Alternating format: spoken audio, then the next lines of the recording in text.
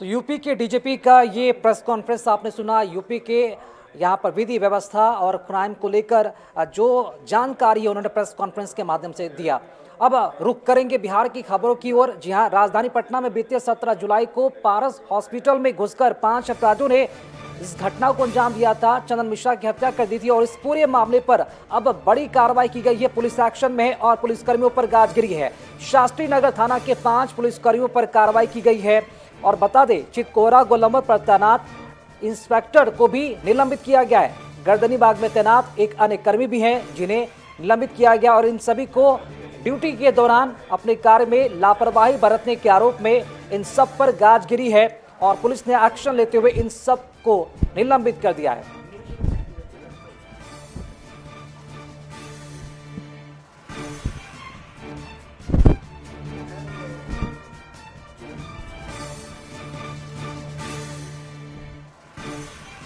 चलिए, इसी खबर पर अधिक जानकारी देने के लिए इस वक्त हमारे साथ न्यूज रूम से संवाददाता नीरज जी इस वक्त हमारे साथ लाइव जुड़ चुके हैं।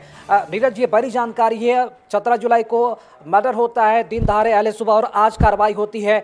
ये कार्रवाई ये भी दर्शाती है कि पटना के थानों में तैनात जो पुलिसकर्मी है अपनी ड्यूटी जो है जिम्मेदारी पूर्वक निर्वाह नहीं करते हैं और उसी का ये नतीजा है कि कहीं भी अपराध हो जाता है, अपराधी खुलेआम अपराध को अंजाम देकर फरार हो जाते हैं, लेकिन पुलिस कुछ नहीं कर पाती है। नतीजा ये कि अब तक पुलिस के हाथ खाली है। उन्होंने कुछ ऐलान भी अब तक नहीं किया है खुलासों को लेकर। देखिए, पहले तो आपको बता दें कि पारस हॉस्पिटल में चंदन मिश्रा की हत्या हुई और उसमें शास्त्री नगर थाना क्षेत्र में पारस अस्पताल आता है। तो पटना एसएसपी ने इसको संज्ञान में लिया और संज्ञान में लेने के नतीजा ये रहे कि अभी शास्त्री नगर थाना के एक एसआई, 2 एएसआई और 2 कांस्टेबल यानी कि 5 लोगों को निलंबित किया है। और निश्चित तौर पर कह सकते हैं कि पुलिस चंदन मिश्रा की हत्या को लेकर के लगातार जिस तरह से छापेमारी की है, तो बंगाल में जो शूटर थे उन लोगों की पकड़ हो गई है, ऐसी सूचना मिल रही है।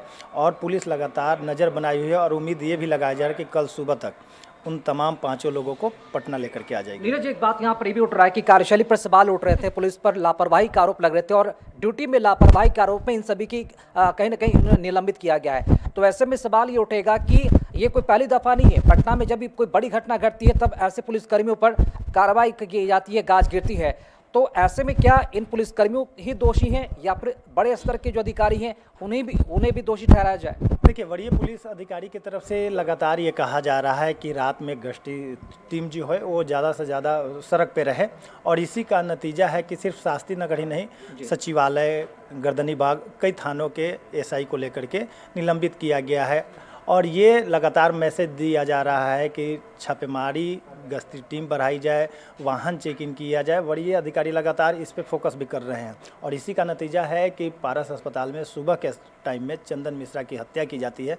तो शास्त्री नगर थाना क्षेत्र को ये जिम्मेवारी बनती थी कि उस घटनास्थल पे त्वरित कार्रवाई करते हुए त्वरित समय पहुंच पाते, तो शायद ये आज निलंबित करने का मौका नहीं मिलता। चलिए, बहुत शुक्रिया नीरज आपका खबर पर जानकारी देने के लिए। और ये कार्रवाई दर्शाती है और बिल्कुल कह सकते हैं कि अब लापरवाही बरती गई ड्यूटी के दौरान, जिस वजह से पुलिस महकमे में एक बड़ा एक्शन लेने की जो तैयारी है वो की गई और अब जो है नतीजा साफ है कि कई पुलिसकर्मियों को निलंबित कर दिया गया।